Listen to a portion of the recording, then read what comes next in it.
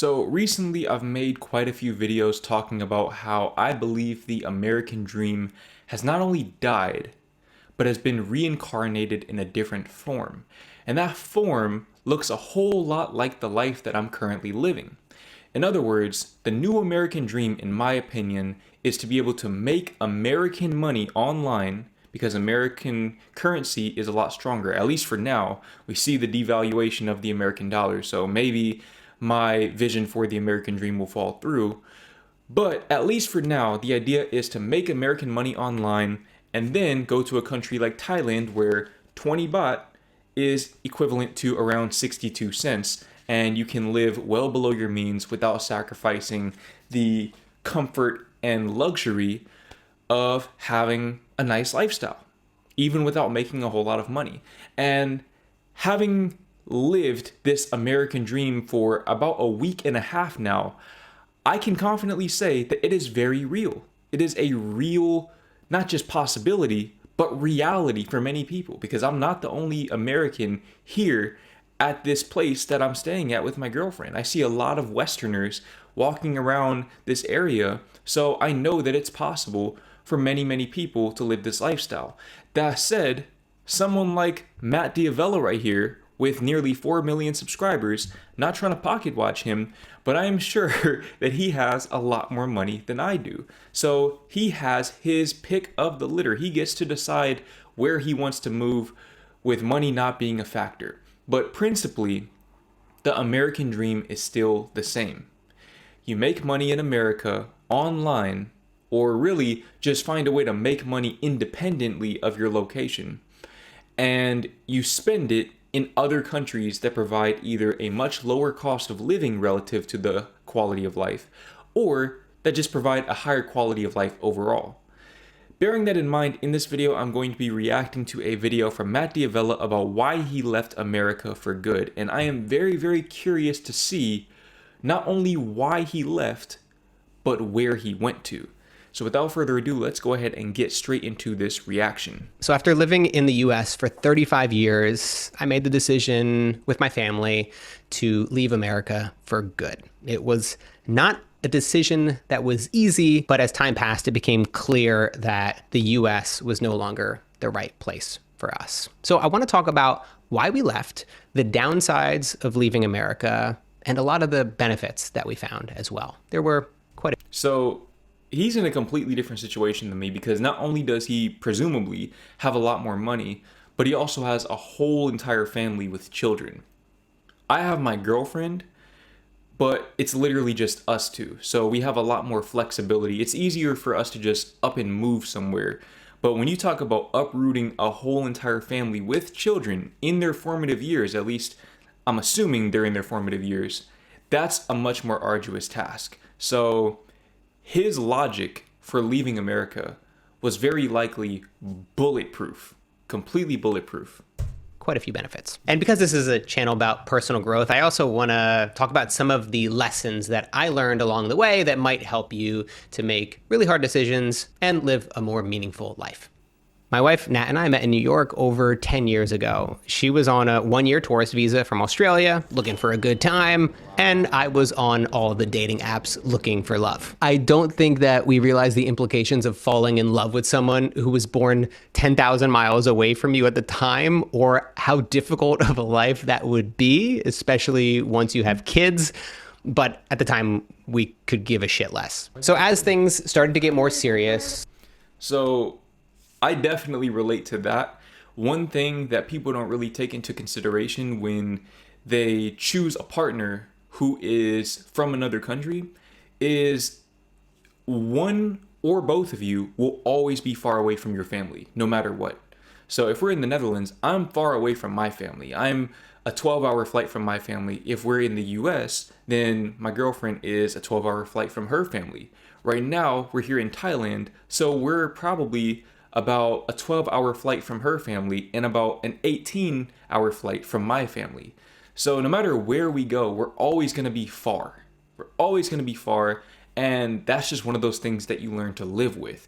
But it's something that is still very difficult, especially if you have a very strong bond with your family. But in my opinion, it's still much easier than being long distance. We had to talk about where we wanted to settle down, where we wanted to start our family.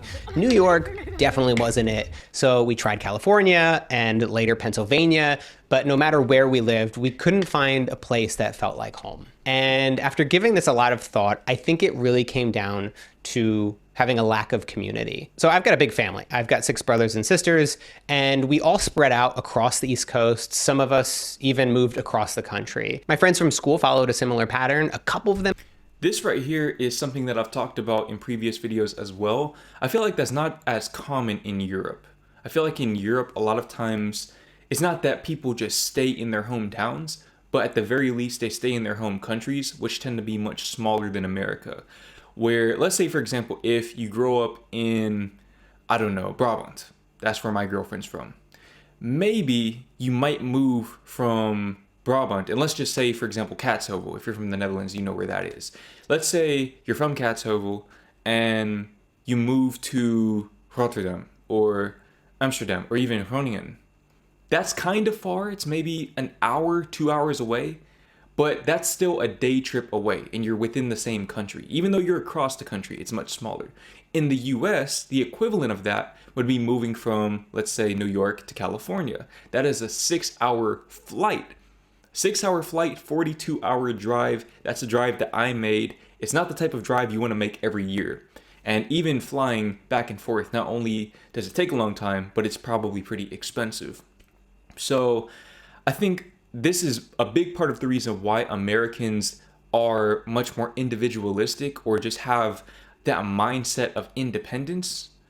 But then maybe it's actually the reverse, and that's a symptom of the individualistic mentality where it's completely normal and acceptable, socially speaking, to just up and move across the country. And in many ways, you'll be praised and rewarded for it socially. All of them still live in my hometown, but the vast majority of them moved more than 2 hours away. Everyone just became so spread out. And I think this is a universal experience for people who grew up in small towns in the US. Most people go off to college and find opportunities in bigger cities, and they rarely ever return. While there are real benefits to being within a few hours from your family and friends, I don't think that's the same thing as having a community.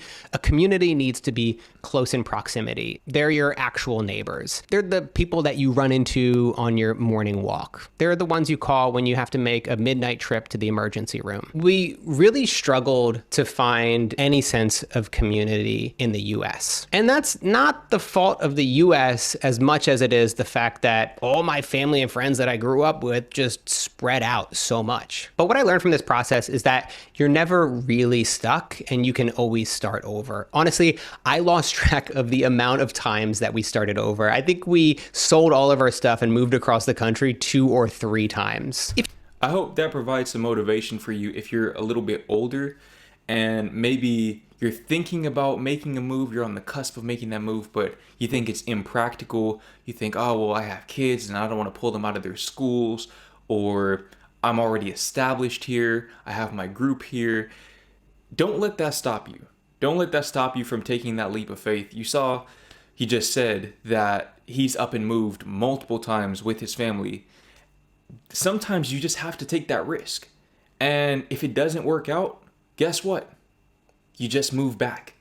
So if the worst thing that can happen is you end up where you started, then there really is no risk at all.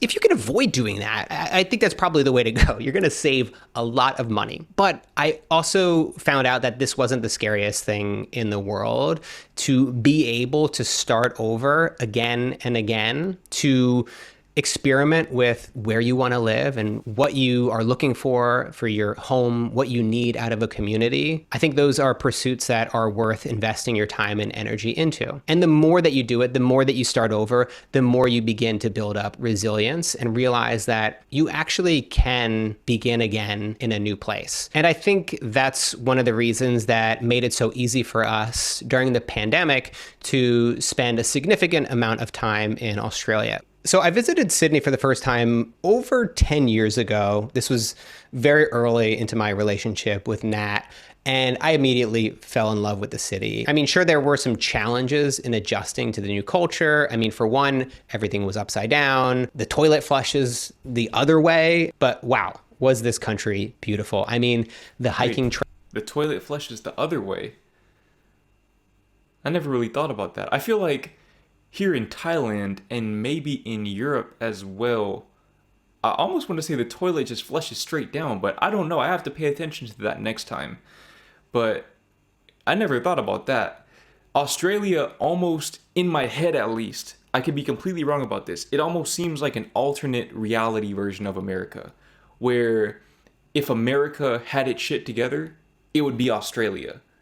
But again, I could be wrong. I've never been there before. It also seems to share some characteristics of European countries, but it definitely seems a lot more similar to America if America actually, well, cared about its people.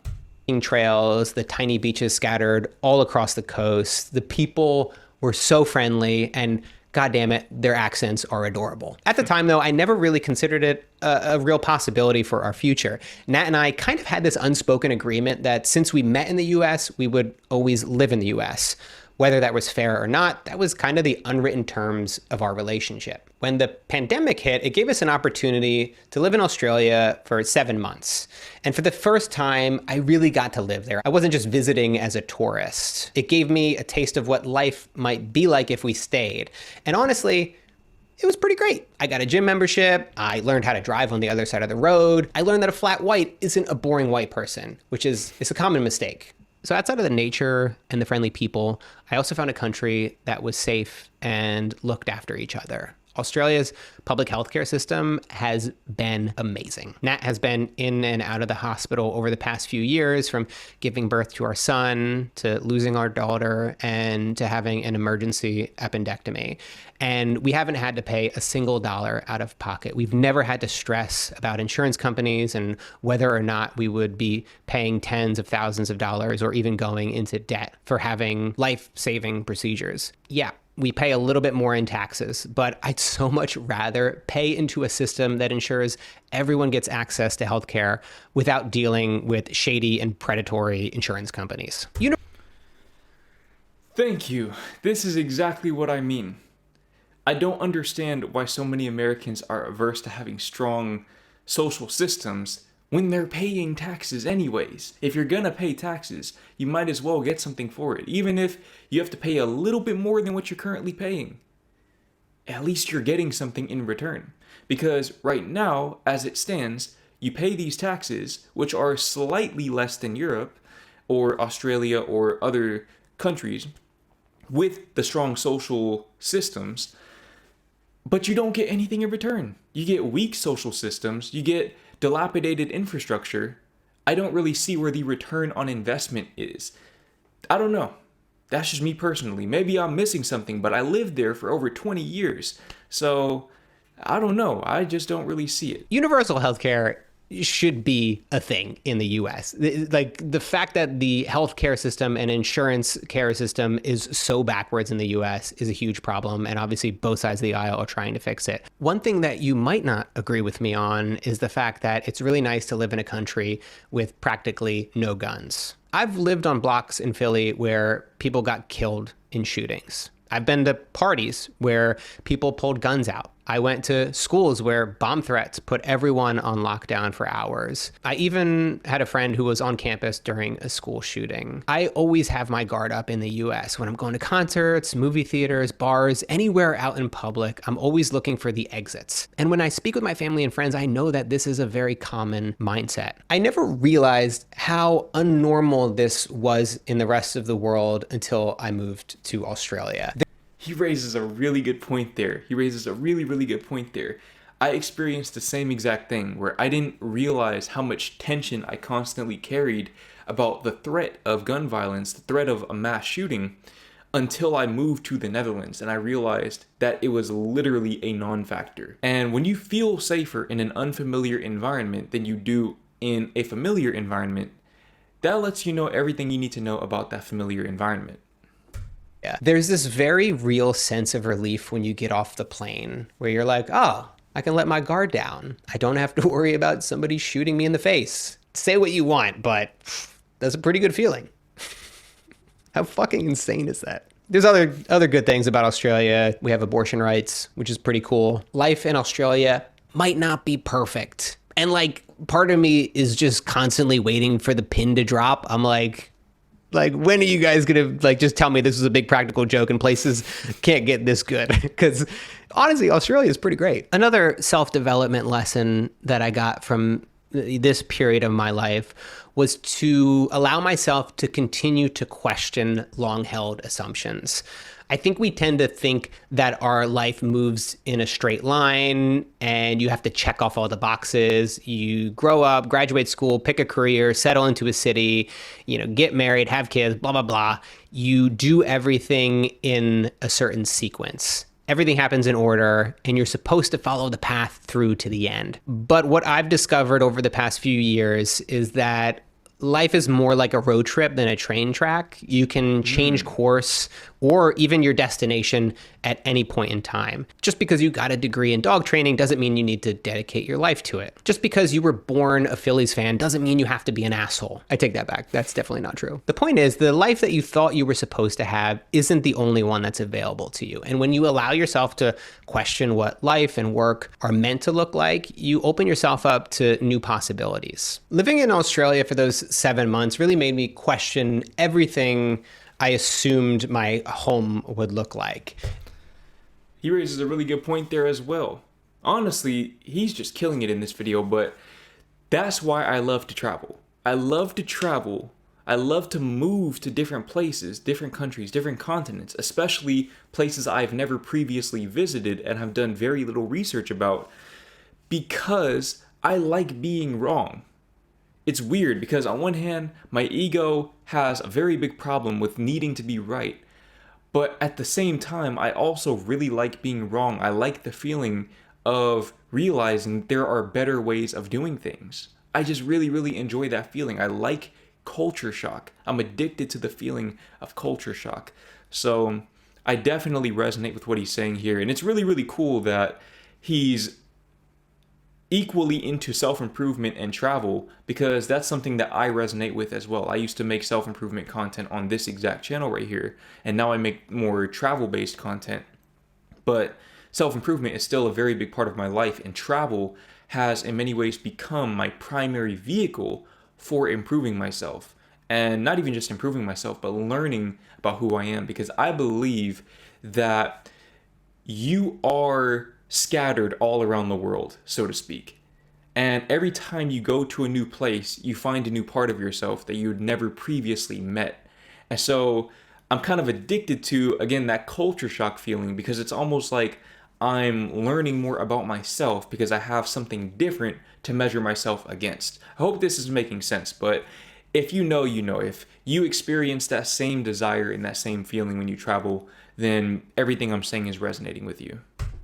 When we looked around at our life, one thing was clear. We had found something that we could never find in the US, a community. And this wasn't because you can't find communities in the US. They're all over the place. And you can even build communities for yourself. It was just that we had everything set up so perfectly for us here in Sydney that we didn't have to work as hard for it. Our friends were starting their families, they were having their first kids, buying their first houses, and then Nat got pregnant with our son, and we had to make a decision. This is gonna sound absolutely ridiculous and idealistic, but in the beginning, we wanted to try to live between the US and Australia. We thought we would travel back and forth every 6 months because we just didn't wanna make a decision. We wanted everybody to be happy. We wanted my family to be happy, Nat's family to be happy. We wanted to be happy. We didn't want to make a decision, so we decided to do both. But when we started looking into the realities of having a baby, getting them into a good daycare, looking at the amount of stuff that kids need and the cost of living in two places at the same time, it just wasn't realistic. Like, it's true that there are a lot of people. Not to cut you off there, Matt, but I'm not gonna lie, my girlfriend and I actually considered doing something similar where we would go back and forth between the US and the Netherlands. But the thing is, the amount of money that it takes to get from one of those countries to another, and I think he said Australia is about 10,000 miles away, so it's literally twice the distance as the US to the Netherlands. That's a lot of money. That is literally so much money that you could spend having a better life in whatever country you decide to commit to, or money that you can save up for emergencies or whatever else. It's good in theory. The idea of it sounds nice, but then when you're packing all of your shit up every 6 months or every year and actually getting on that plane and flying 12, 18, 24 hours, however long it is, and you have to keep doing that, that would drain anybody, including me and including my girlfriend, which is why we are not going to be doing that, aside from the fact that the US is just not a place that either of us want to be. But I digress.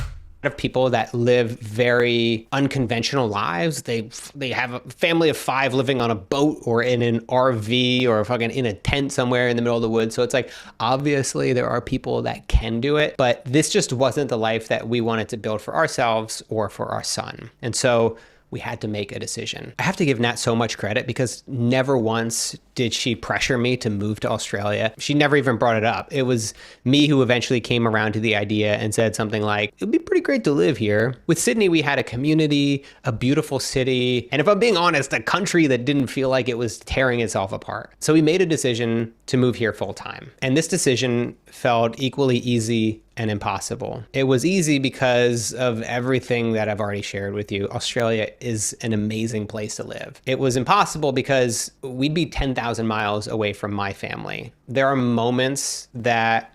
It just occurred to me that earlier I was unsure about what country he moved to. There is literally a map of Australia right behind him.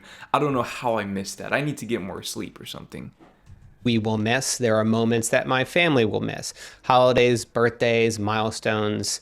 It's in these moments when the distance really hits home. But this was kind of the life that we signed up for, whether we realized it or not. And listen, this life is hard and it is challenging, but it's not one that I would trade for anything. Okay, one final piece of advice that relates to personal growth. I don't want to sound like an asshole, although if you made it this far, I don't think this is going to upset you, but it's not your job to make everyone happy. When you make big life decisions, some people won't understand.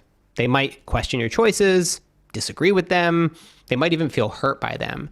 And that's tough, especially when it's people that you care about. Your parents might not like the degree you chose or the fact that you decided to become a YouTuber. Oh, you gonna be a big man now. You gonna be a YouTuber, huh? You gonna be a YouTuber, son? My dad doesn't even sound like that. I don't even know where that came from. At the end of the day, other people's opinions about your life shouldn't define it. This doesn't mean that you should ignore people or not care about their feelings. It just means that you don't have to carry the weight of their expectations. He raises a really good point there again. Look, if you're in a position where maybe you're on the cusp of making that move, but the biggest resistance you're experiencing is not internal but external, you need to understand, especially if we're talking about parents, elders, etc., that ultimately you are the one who has to live with the consequences of your decisions. You and your dependents. That's it. So if you make a decision predicated on someone else's desires for you, then you end up living in the shadow of a light that someone else has cast on you that you never asked for.